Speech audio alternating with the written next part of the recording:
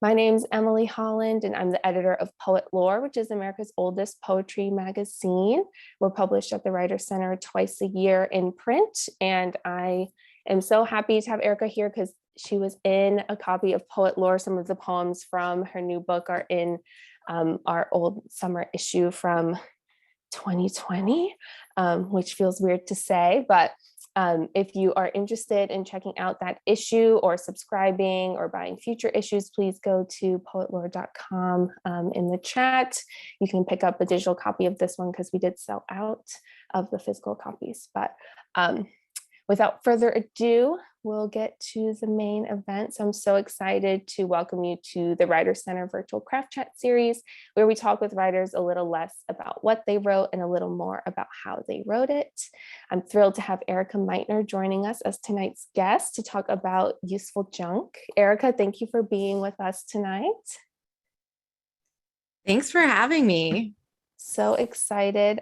So could you kick us off by reading a couple of poems, and then we'll dive into the nitty gritty and get some questions going.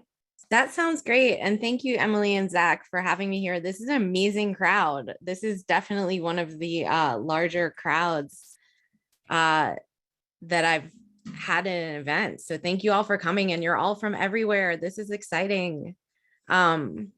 Okay, I'm going to read two poems from my newest book, Useful Junk, which came out in April. And hopefully everyone can hear me okay, that my audio is fine. If you hear my 9-year-old screaming in the background occasionally, hopefully you won't, but I apologize in advance.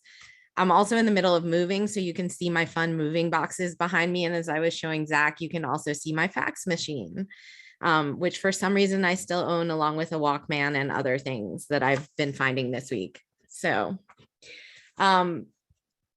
the first poem I'm going to read is called I Would Like to Be the You in Someone's Poem, and it's the opener to my new book. And I'm going to sing, but I have a terrible voice at some point in here, so just forgive me.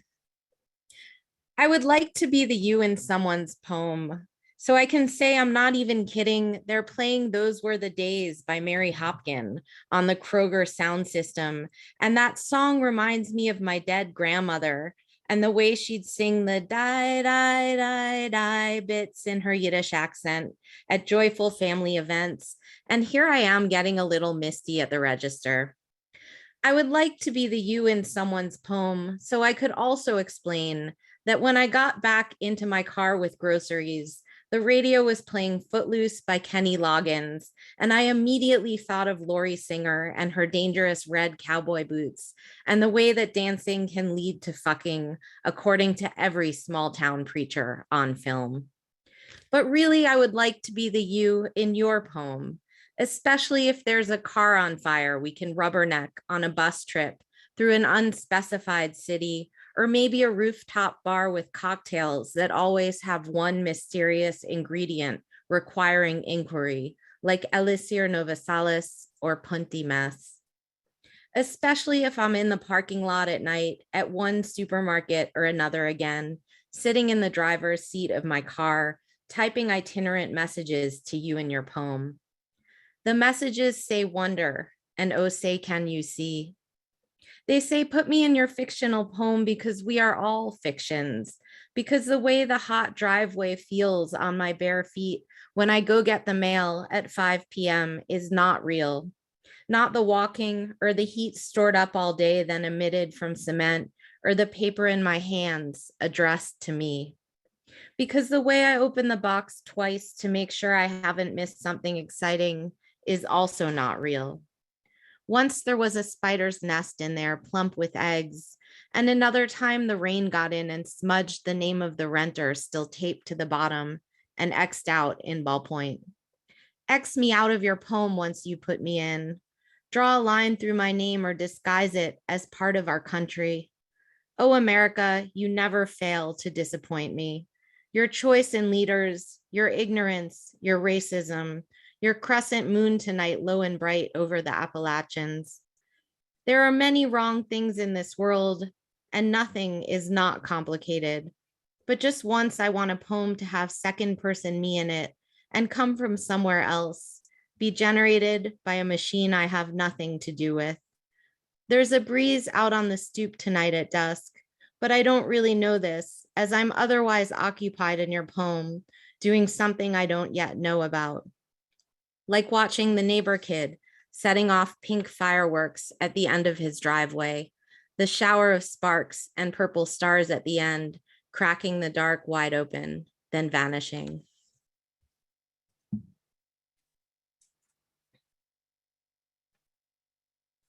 So I'm just going to read one more, and this is one of the poems that was in that issue of Poet Laureate that Emily held up.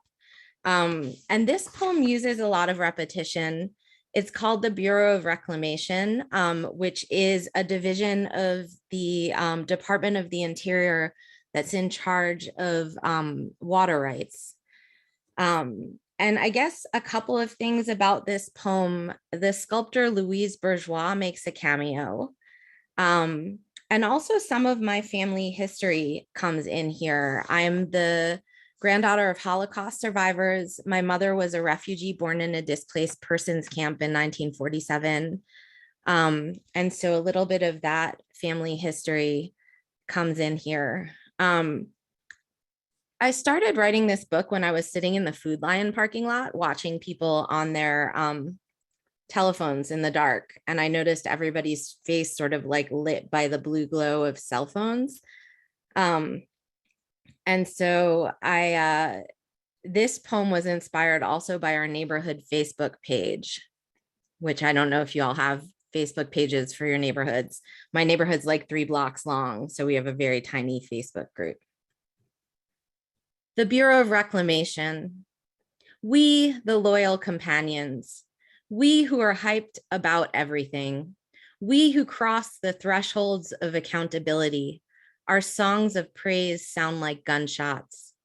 We, the supermarket shoppers, we, the leggings as pants wearers, we, the shade throwers, the ribbon in nostalgia itinerants, who avoid our mail at all costs, who remember all our exes unequivocally. We, the hypervigilant, we who collect regular explanations of benefits, we who worry about food security, we the invasive species, we who dwell mostly in the body, we who buried our long-suffering ancestors. What would you like to cup in your hands again? Water? A flame? We the doom scrollers, we who own wildlife patrol cameras, we the rendered who keep rendering. Louise Bourgeois once said, I can express myself only in a desperate fighting position. We who want approval or adoration, we who see photographs as contraband. The neighbor captures a bear on film ambling through his yard. He warns the rest of us by posting the video on Facebook. We who see photographs as gestures, we the night texters, we who see photographs as certificates of presence. My grandmother received reparations from the German government. This was for performing slave labor during the war. We who believe God is not a consuming fire. Blessed is the spectrum. I am paying attention. We the delicate or empty. We the toughened and leathery. We who are bound with floss to anything proximate. We the fruit skins stitched back together after they've been peeled down. We who know the difference between chemistry and alchemy. My children's expired passports.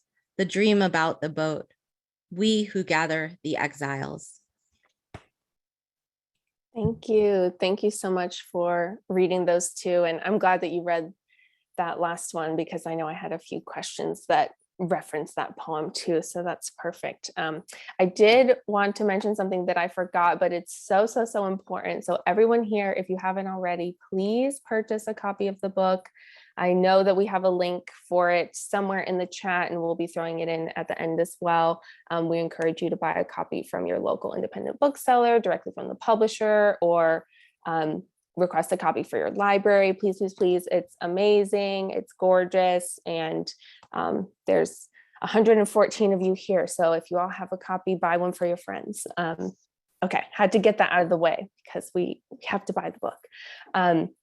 All right, Erika, could you just, in your own words, tell us who you are and maybe a little bit about how you came to poetry? Sure. Let's see, who am I? So I'm a poet. I'm a mom. I have 2 kids. I have 2 sons. One's 9 and one's 15.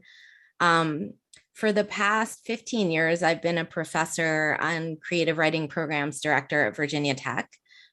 This fall, I'm headed to UW-Madison to start a new job as an English professor there, teaching creative writing and running their MFA program. So that's why I have moving boxes stacked behind me. We're moving in like 2 weeks.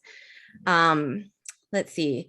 Before I went into academia, I worked as a production assistant for documentary film production companies that did mostly cultural programming for PBS. Then to pay off my college loans, I became a computer consultant for the company that's now Accenture. Then I became a public middle school teacher in the New York City public school system. And then I went back to school to get my MFA in creative writing. And then I did a PhD I never finished in religion at UVA because I ended up getting the job at Virginia Tech that I had for 15 years. So that's like a very brief summary of my professional life. I started writing terrible poetry in 7th grade. That was mostly ripoffs of bad song lyrics. Is anyone else with me here with the bad song lyrics? Yeah. I didn't know there were living poets until very late into high school because I did not have the cool high school teacher.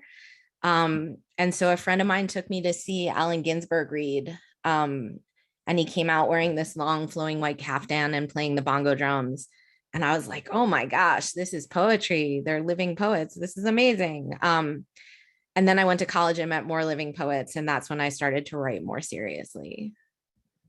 Yeah. Great. No, that's great. I think as writers and poets, we often wear like a lot of hats to just kind of get what we need in order to write the poetry that we do. So, and I can see sort of hints from maybe all of those experiences coming through in this book and maybe some of your previous books as well. So, I mean, I think the one thing I'm super heartened about just generally with poetry is that so many more high school kids and even middle school kids encounter not only living poets because teachers are way cooler than they were maybe back in the 80s, and also the internet, but also like poetry out loud and slam and performance is so pervasive now that they encounter it that way, if not through the internet. Yeah. And that's so important too. I mean, I see someone in the chat highlighting that living poets and teaching living poets. And I think maybe we all remember that time where we first realized like, oh, they're not all dead, right? Like there's people doing this now and doing innovative things and obviously continuing to do it. So I love that.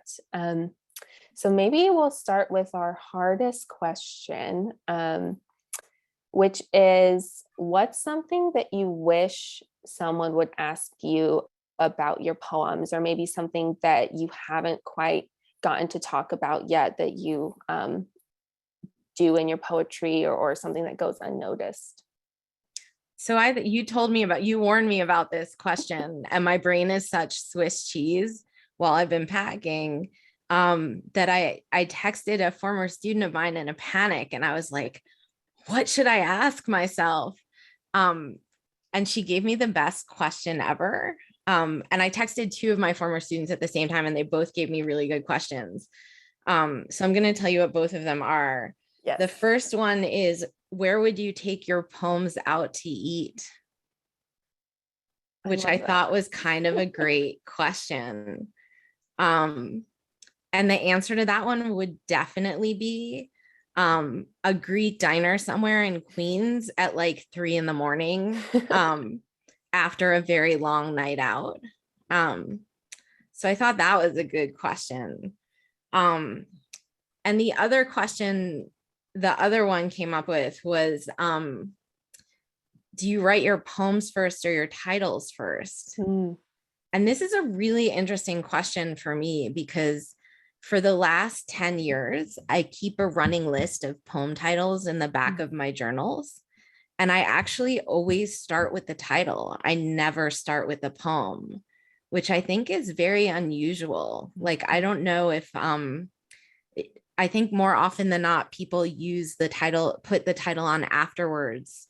But I kind of use it. What I do is I take like 3 titles, often 2 or 3, that feel I'm most drawn to from my list. And I keep a running list from like art museums of titles of paintings. A lot of my titles are ekphrastic, or phrases or other things I overhear. Like a lot of them are pulled from places. Um, and then I'll put like 2 or 3 on the top of the poem and start writing it. And as the poem gets more and more done, I'll narrow it down to 1 title. Although for some of my newer poems, they have 2 titles with a slash. So I always start with the titles first. That's so interesting. And I love that question. I always send the questions and then I spend some more time with the book and I just kind of make some little notes to myself of things to ask about. And I had, talking about titles. And so I'm glad that that question is kind of kicking us off here, because I think that's really interesting. And I love thinking about what maybe 2 titles can do for a poem, how it can give it possibility and reframing. And so in a way, they almost act sort of like prompts or starting points. So you're not starting with that blank page all the time. I love that. Yeah. Just a quick follow-up in the chat before we move on. Karen's asking, what do you think of a title-less poem? I think for people who can write those, that's great. I mean, Emily Dickinson, lots of other poets. I can't, like, I feel like my poems feel a little naked. It would be like me going out without pants on. Like I would feel really weird. But I think some people do really well with titleless poems. I think it's easier to have a titleless poem in book form. Mm-hmm. When I encounter poems in like a lit journal, I think the title can sort of act as an extra break between the piece before it and your piece. But I also think that like having untitled up there, or numbers, some people do, or things like that can work also. So I'm totally not opposed to untitled poems. Great. Thank you. Sorry, my cat is just scratching at everything all of a sudden. In an interview, I think it was with your high school, you described this book as being like for yourself when you were first writing the poems, and something kind of internal. I was wondering if you could talk a little bit about what that means in context of how you started writing these poems, and maybe how that process was different from your previous collections. So it's interesting. I have long running conversations with certain other poets. And one of them is Laura Eve Engel, who's actually a former student of mine from many years ago. But I was so young when I taught her that we're basically the same age now. And she was in my religion classes, not my creative writing classes. But she went on to get an MFA and has been a poet for many years. And we always talk about like when you're narrating your life in your head as you go through it, who are you talking to? And what we realized in having this conversation was that not everybody like narrates their day in their head to somebody, or has like this internal monologue. And that was really shocking for us to discover. Like there had been an article making the rounds that like some people have no internal monologues, and we were like, but who are these people? But I think one of the things I was thinking about when I was writing this book was I was talking to the you in my head. And the you in my head feels very, like kind of intimate to me. But in the way the book came out, the you becomes like this sort of combo. It's the lyric you, but it becomes this sort of combo of a lover and a reader that's also my internal monologue.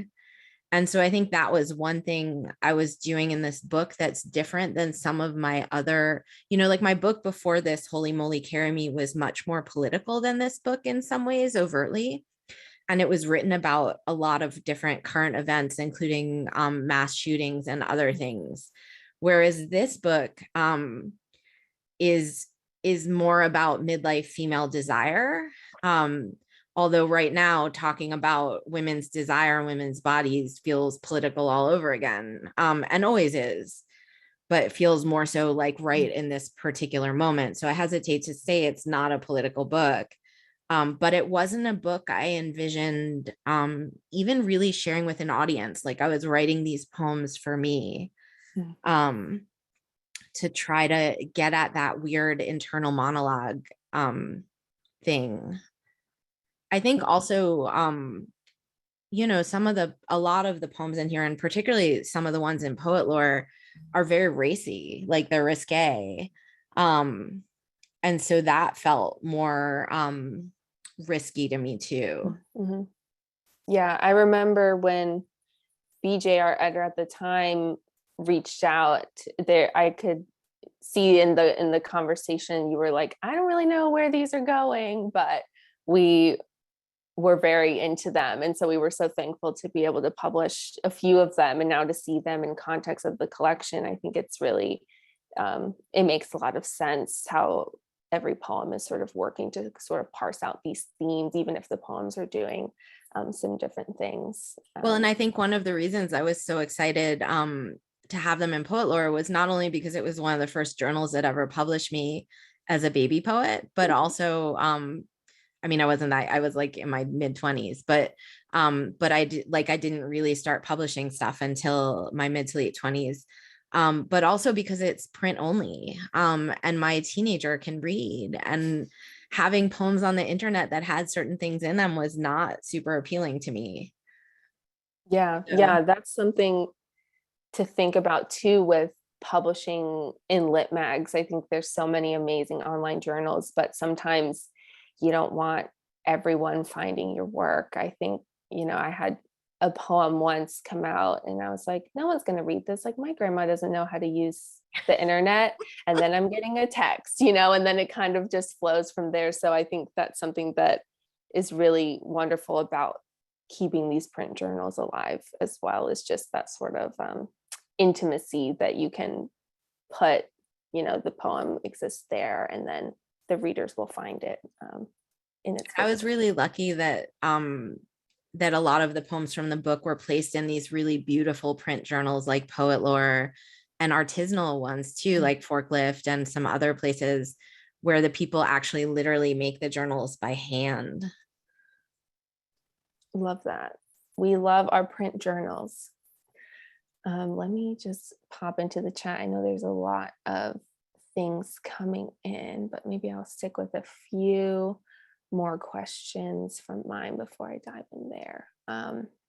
So at what point did you really start to feel that this was becoming a collection? And I see a question in the chat about sort of putting them together. So maybe we could talk a little bit about the sequencing and really getting the poems together once you sort of had a few going. Yeah, so I'm not a project book person. I just write a lot of poems and then try to figure out how they fit together. And usually I get a sense of critical mass. Like usually if I've been writing about 3 years, I take everything, and I have to leave my house to do this because of my children and the cats and just like all the things. But I have to like tack them to a wall or spread them out on a floor.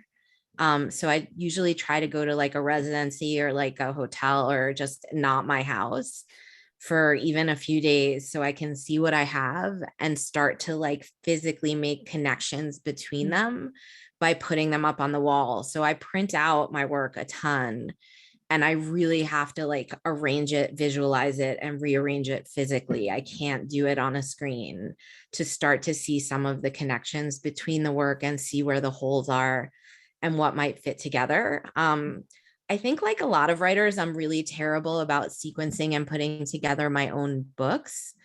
And so I have a couple really dear friends who are poets, Keisha Kuipers and Danielle Pafunda, who have helped me with my last couple of books. And so I'll send them sort of the honking first pass, which is always like often like 80 or 100 pages. And then they hack it down for me to like 60-ish, 62, 64, and help me do some rearranging because sometimes they can see connections I can't. And it's funny because one of my skill sets with my students is helping them organize their collections. I'm so close to my own work that I'm sometimes not great about doing the second or third passes on my own to really get it into like book form. Mm-hmm. Yeah, I think that's important too, is knowing who you can go to for that when you have kind of reached your limit, because there is something about looking at your own work for so long and sort of, you know, being like, well, I've done all I can do. Like now it needs to go somewhere else before it comes back. And then everything kind of falls into place and makes sense. And it's amazing what another set of eyes can do for the work. And also just good editors. Yes, yes, so important. All right, maybe I'll jump into the chat box since we have a lot of questions coming here. Helen says, you have a lot of great turns in your poems. Can you talk about your leaps? What triggers them and how do you see them working in terms of structure within the poems? Yeah. I'll try to answer that because I think some of what I do is like sort of osmotic and subconscious. But I guess as a poetic maximalist, like my instinct while I'm writing a poem is to try to jam as much as possible into it and see what it can hold. One way I'm able to do that is by using repetition. And so with the second poem I read, you could probably see all the like crazy leaps and turns it took. And that was held together with that repetition at the beginning of each line. But sometimes when I make bigger leaps, they can be narrative leaps, like the ones in the first poem I read. Those are a little bit more narrative, where I'm like following different scenes kind of through my day. And I think I just have my brain wired at this point to start to be able to like braid in certain connections narratively, which is a terrible answer. Like it's not a satisfying answer. But I do think one of the things, so two of the things that have helped me kind of really think about turns, Mike Tooney's book, Structure and Surprise. I don't know if people are familiar with that book, but they're great essays on just like voltas and turns in poetry. And so when I'm not writing, like I've taught that book, and that's a really great book for thinking about turns like mechanically and structurally.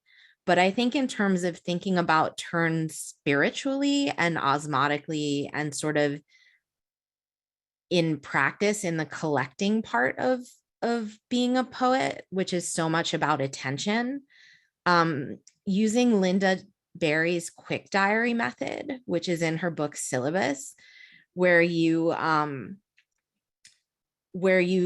make a quick list of things you saw that day, a quick list of things you did, one thing you overheard, and draw a quick picture of something you saw.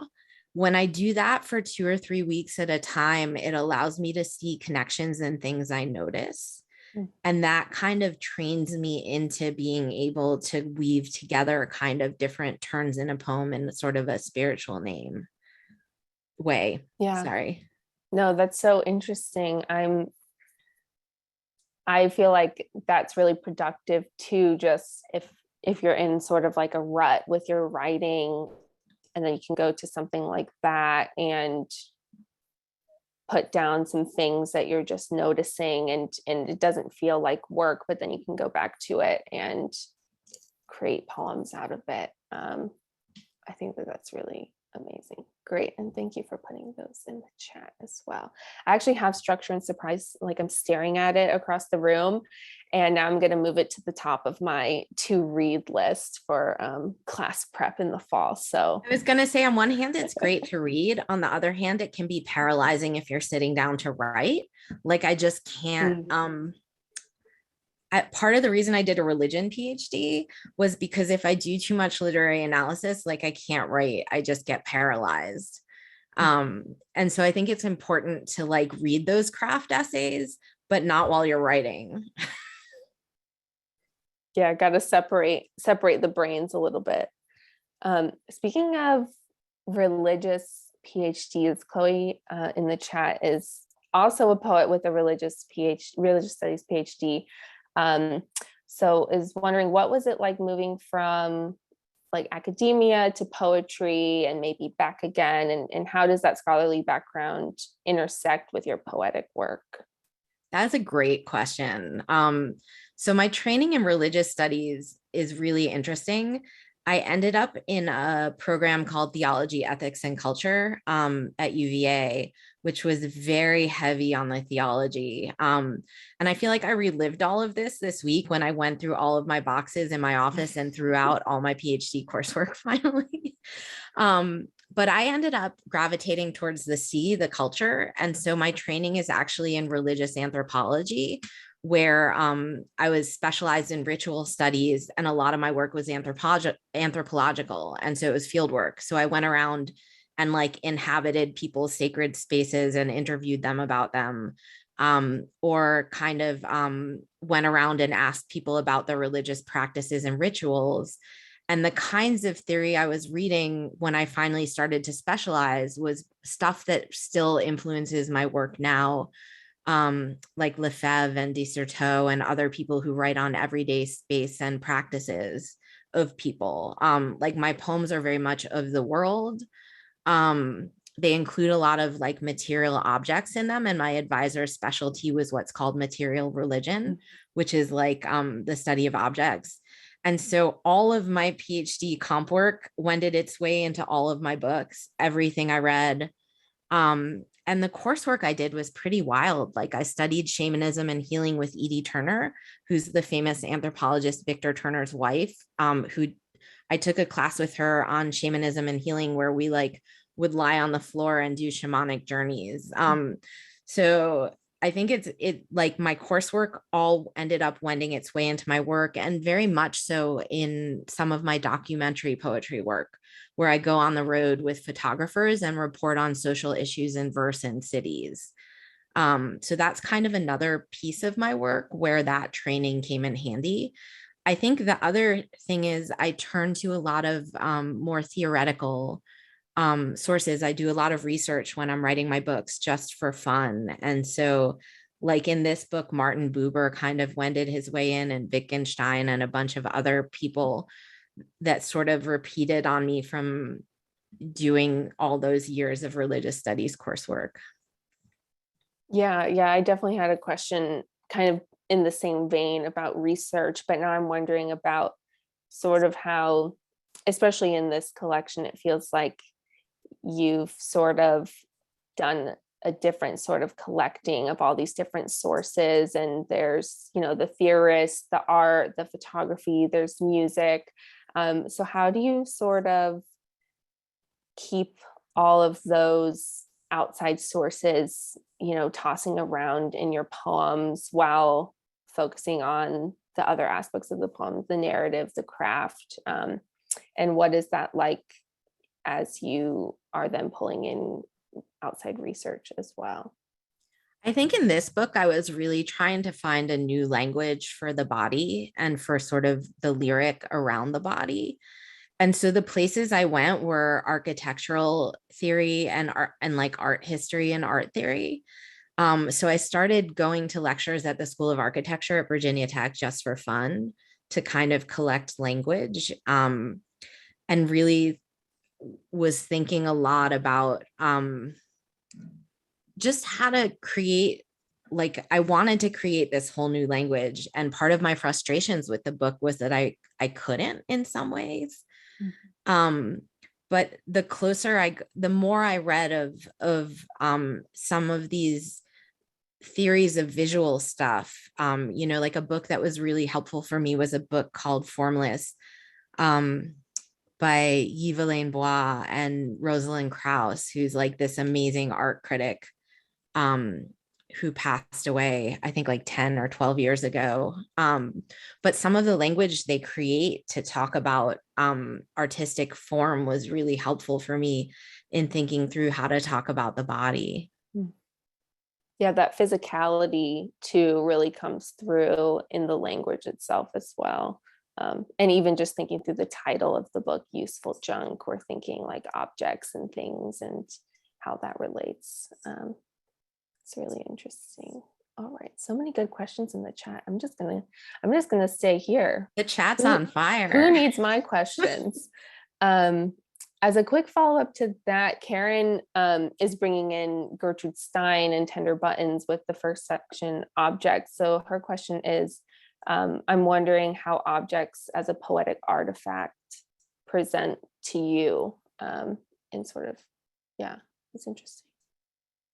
It's funny that William James is in there. One of the seminars I took in college, I went to divinity school abroad in Edinburgh, and we did a whole seminar on pragmatism, and there was a lot of William James. But I think my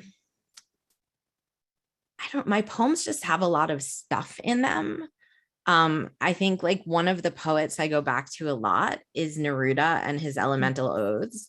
Like I teach Ode to My Socks all the time to my students, which is such a beautiful poem about such a mundane object. And so I think about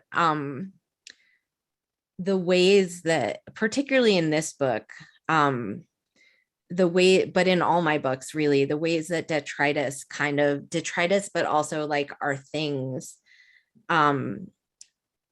influence our aesthetics and worldview a little bit, and how things in some ways can be animate.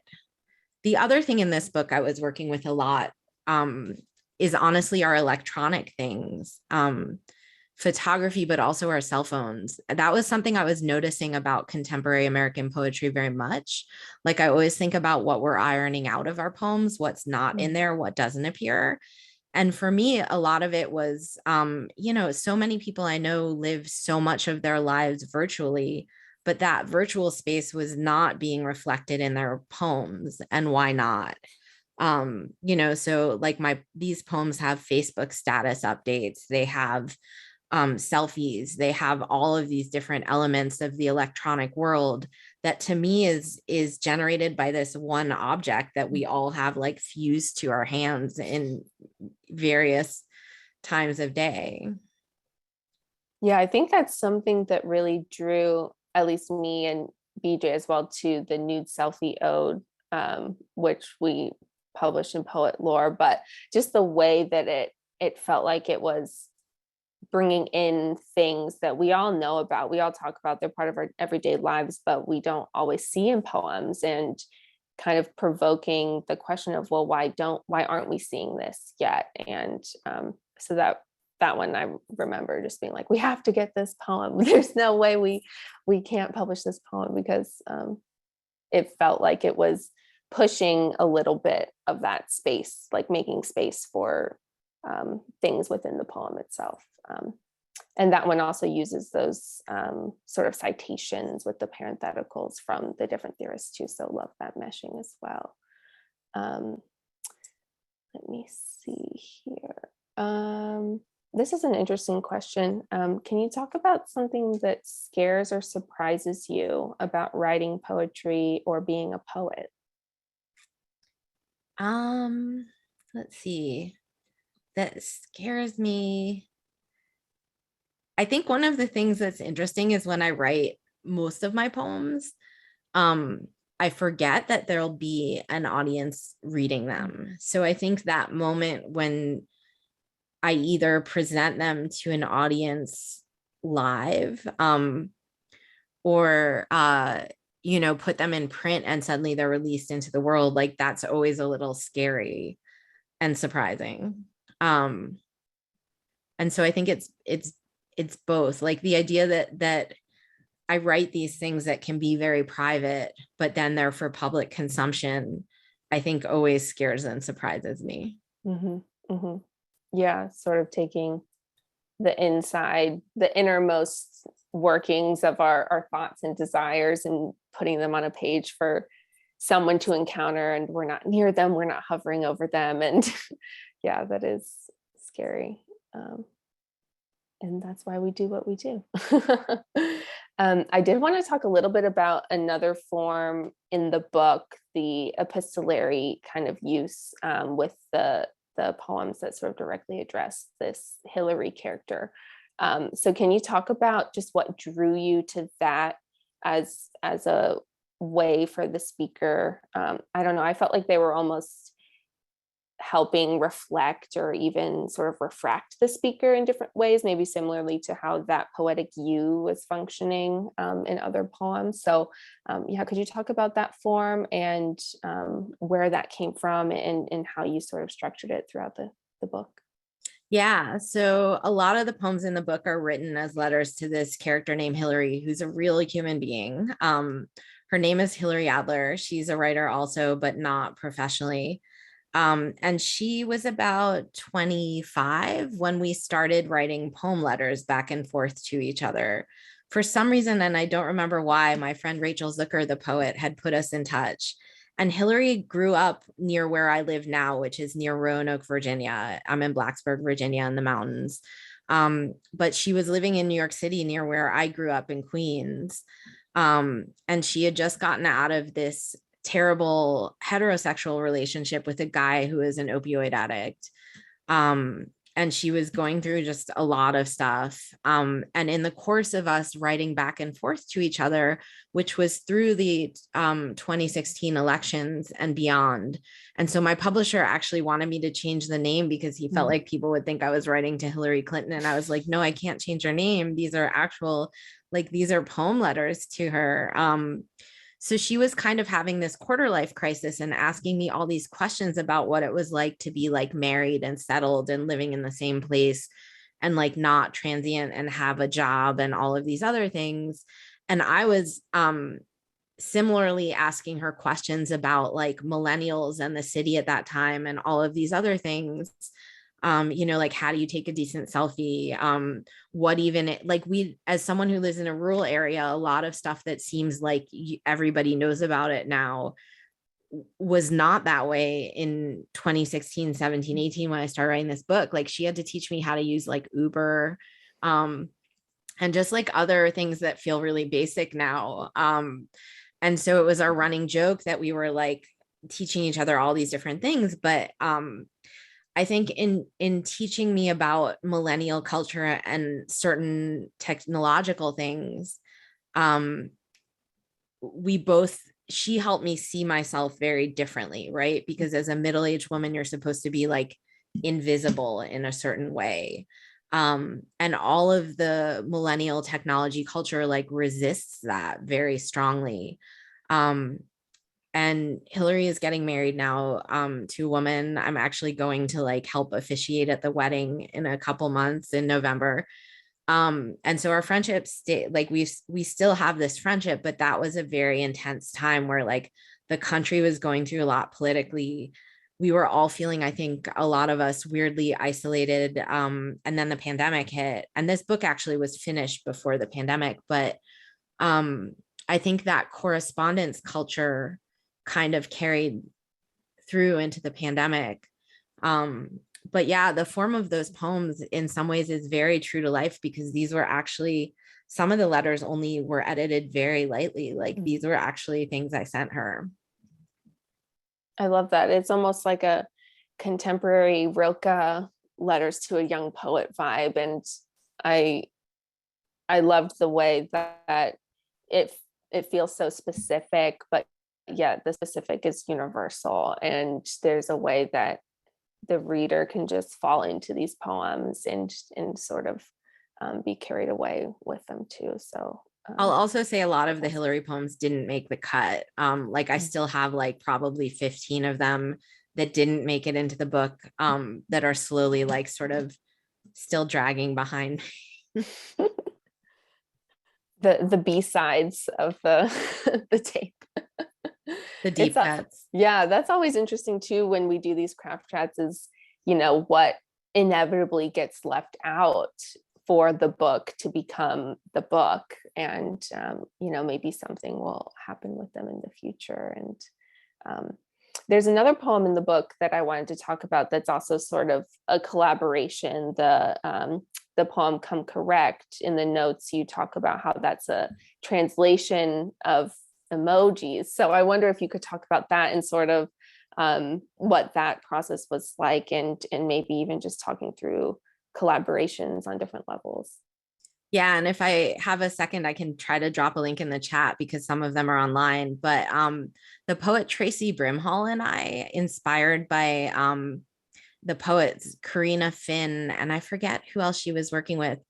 But Karina Finn had started doing these emoji poems and translations probably like 12 years ago. And I thought they were brilliant. And so Tracy Brimhall and I started doing this where we would text each other for like 2 weeks at a time. Every day, we'd text each other these emoji poems, and then we'd try to translate them into English. And the emoji poems were only emojis, like there was no language and no context. So not only did you have to use these pictographs to try to figure out what the person was trying to tell you, usually wrongly, but your brain has to do this crazy thing where it's translating from visual to language based stuff within a line sort of line constraint, because we would pick the number of emojis and lines that we would be allowed to do this. And so it was this incredible translation exercise where I was like trying to get into Tracy's brain to figure out what she meant through these teeny pictures, but obviously putting so much of my own bias and experience into it to try to make this poem that was actually like a little bit more of a reflection of my own thought patterns than hers in some ways. It's a really fun process though. I think everyone should try it because it's just really fun. Yeah, it sounds like it can really unlock things that maybe you wouldn't even be thinking about. And I love thinking through like, the differences of if someone's taking an emoji literally versus like, oh, this is kind of more figurative, or this one has an attitude, all of the sort of emotional baggage that emojis can bring, that can then make its way into the poem and in those interpretations. That's really fun. And maybe a good prompt for our audience to get some writing done, find another poet to text back and forth. Maybe I'll jump back into the chat and see some of these questions. So Mona is wondering a little bit more about form, since we're talking about form. Do you write formal poetry or more received forms at all? Is your approach usually just free verse? So I did drop two examples of Tracy and my work where you can see the emojis in the chat. So do I ever write in received form? I do. I have a double sonnet in Useful Junk. And I have a couple of other sort of loose forms going on. So I grew up in a non-English speaking household in terms of like English was neither of my parents' first languages. And I say that to say, like, I actually teach our graduate prosody class at Virginia Tech and have for many years, which is funny to me because I can't naturally hear meter. I just don't. And I spent years studying Latin and Greek, and so I can scan stuff in those languages. But English scansion is really difficult for me. And when I do write in received form, I'm usually not using meter, but I will use rhyme or near rhyme. And I love repetitive forms that are a little bit looser because of that. But it's funny, I studied with Annie Finch last summer as a way to prep for teaching form and theory of poetry again, to try to just brush up on my formal skills, because Patricia Smith had sworn by studying with Annie to learn received forms, and it was an awesome class. But what I discovered is I'm still terrible at scansion in English and meter.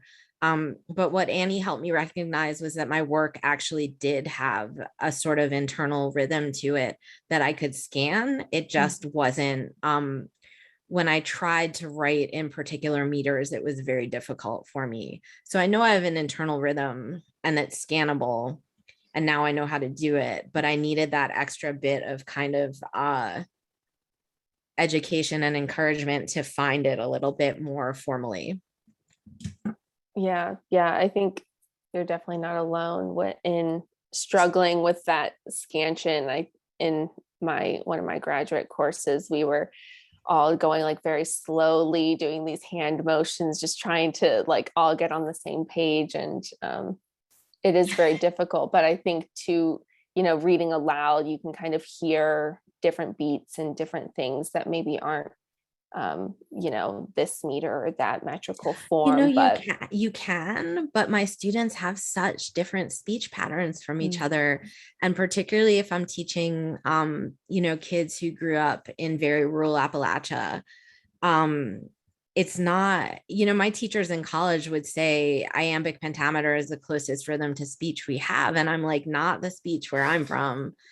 So I think it can be really variable. The thing I use that's actually the most helpful is children's books. Whenever I bring in different children's books from my kids' collections, we can hear the meter pretty well and pretty easily. And that can be really helpful. Yeah. No, that's great and helpful. I think I set out to write a draft once. I was like, I'm going to do like a strict meter and this is going to be great. And I was like, it's done. And it was not, it was not what I thought it was at all. But it just goes to show sort of that difficulty and the way it can also kind of unlock different things when you are trying to work in some sort of constraint, just like form or just like a prompt does. It sort of gives you a different framework to look at the poem as well. Let me see. Let me check the time. Okay, we have a time for a few more questions. So Cheryl's wondering about Greek or Latin writers that you turn to. And so I'm wondering if maybe we could open that question up a little bit. Just who are your influences, either a contemporary or older influences? Who do you turn to read when you're looking for inspiration? That's a great question.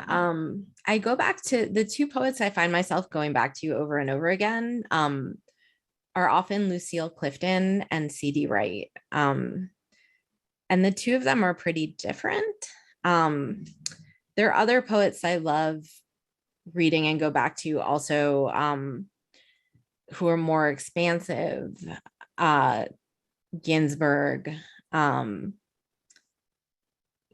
McGrath, C.K. Williams. But lately, I think the complicated thing about teaching is during the semesters, I'm most often reading what I teach, but because I also judge a lot of contests post-publication and pre-publication. So like this year I judged 4 book contests. So I read 60 unpublished manuscripts and then another probably 200, maybe more published, very contemporary books. And so getting to read during the semester stuff that I actually choose myself and want to read is not usually what happens. And so I find myself getting influenced by some of the stuff that I wind up reading through because it's given to me to judge in a particular way. Which I'm sure as an editor, you probably also reading through submissions, your brain goes through all different kinds of contortions. Because I tend to I think like many poets, osmotically start to, when I'm teaching freshman intro creative writing, it's really hard for me to write because I'll start taking on my students sometimes very problematic sentence structures. And I'm like, comma splices. But I think there's so many poets right now who are writing amazing things. I've been gravitating more towards poets who are writing eco-poetic stuff and climate stuff, and also prose in that vein and more experimental stuff too. So Camille Dungy is someone whose work I go back to all the time. The stuff that's being published right now in Orion, where she's the poetry editor, is incredible. Emily Rabateau had this amazing year-long running Twitter thing about the ways in which climate change was impacting people she spoke with, that I loved reading and felt really influential for the stuff I'm working on now in my new book that I'm working on. Yeah. You mentioned reading almost 200 books, just a little light reading for the year, but I definitely feel that sort of osmosis, like you said, when you read through that many poems there, then you sit down, you're like, is this my brain telling me to write like this, or did I read something like this and now I'm doing this, and it's really interesting to see that actually kind of in motion from that side of it. And just to get Cheryl's question, I love Sappho's Fragments. I think the writer I keep thinking about right now is Catullus and Invective, because I'm just so angry all the time. And so, yeah. Great. Thank you. I think we have time. Maybe we can squeeze 2 more questions in. I did want to ask just a little bit about how all of these different things you do, the judging of contests, the teaching, being a mother, researching documentary things, how does that influence your own writing and your writing process?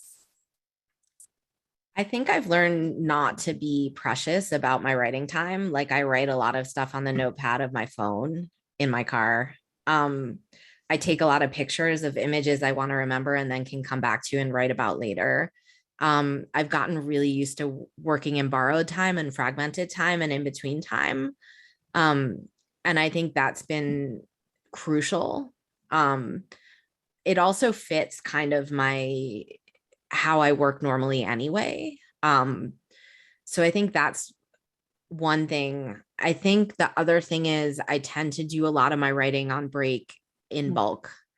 And I can like revise stuff during the year, but it's really hard for me to produce stuff during the year. And so I think for some people, they have to sit down and write every day. Like, I'm not that kind of writer. I'm definitely like, I'll go on tears to write, and they'll be like 2 weeks or a month.